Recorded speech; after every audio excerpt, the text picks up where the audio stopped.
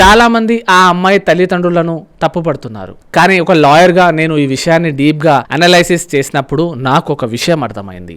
ఏ తల్లిదండ్రులు కూడా పిల్లల్ని ఇలా కావాలని పెంచరు కదా. నాకు తెలిసి ఈ వీడియో ఇంత వైరల్ అయిన దాకా వాళ్ళకి విషయం తెలిసి ఉండకపోవచ్చు.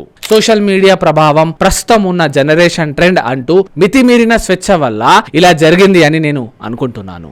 లేదా మొబైల్ ఫోన్ లో ఎవరు చూడకూడని విషయాలు ఏవైనా ఉన్నాయా ఏమో అని చూడాలి. ఇవి పూర్తిగా తన పర్సనల్ కాబట్టి దాని గురించి మనం మాట్లాడలేము. కానీ ఒక అమ్మ లాంటి టీచర్ ని చెప్పుతో కొడితే దానికి ఎలాంటి శిక్ష పడుతుంది అని మనం చెప్పగలుగుతాం. ఆ అమ్మాయి ఏమో సరిగ్గా 18 సంవత్సరాలు నిండని అమ్మాయి. లా ప్రకారంగా ఆ అమ్మాయికి శిక్ష వేయలేం. కానీ కొంచెం ఆలోచిస్తే నైతికంగా ఆ అమ్మాయికి శిక్ష వేయొచ్చు. కళాశాల యాజమాన్యం ఆ అమ్మాయిని సస్పెండ్ చేసింది. కానీ ఇక్కడ మీకు ఒక విషయం గుర్తు చేస్తున్నాను. చిన్నప్పుడు మేము చదువుకునేటప్పుడు టీచర్ని చూస్తే వణికిపోయే వాళ్ళం.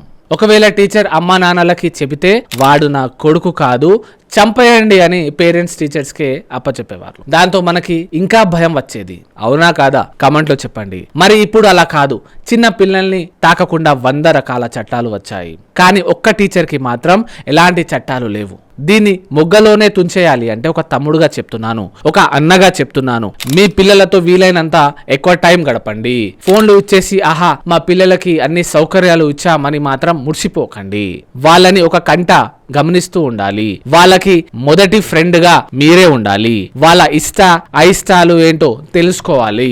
వాళ్ళకి ఏం కష్టం కలిగినా, ఏం ఫీలింగ్ కలిగినా ముందు మీకే చెప్పాలి. అలా ఉండాలి తప్ప ఆన్లైన్ లో ఉండే వెధవలకి మన పిల్లలు అలవాటు కాకూడదు. ఇదంతా నేను ఏదో క్లాస్ పీకడానికి చెప్పట్లేదండి, కేవలం ఆవేదనగా చెప్తున్నాను. అందరూ పిల్లలతో ప్రేమగా ఎక్కువ టైం గడపండి. వారిని సెల్ ఫోన్స్ కి బానిస చేయకండి. మీకు ఎలాంటి డౌట్స్ ఉన్నా కింద కామెంట్ రూపంలో తెలియచేయండి.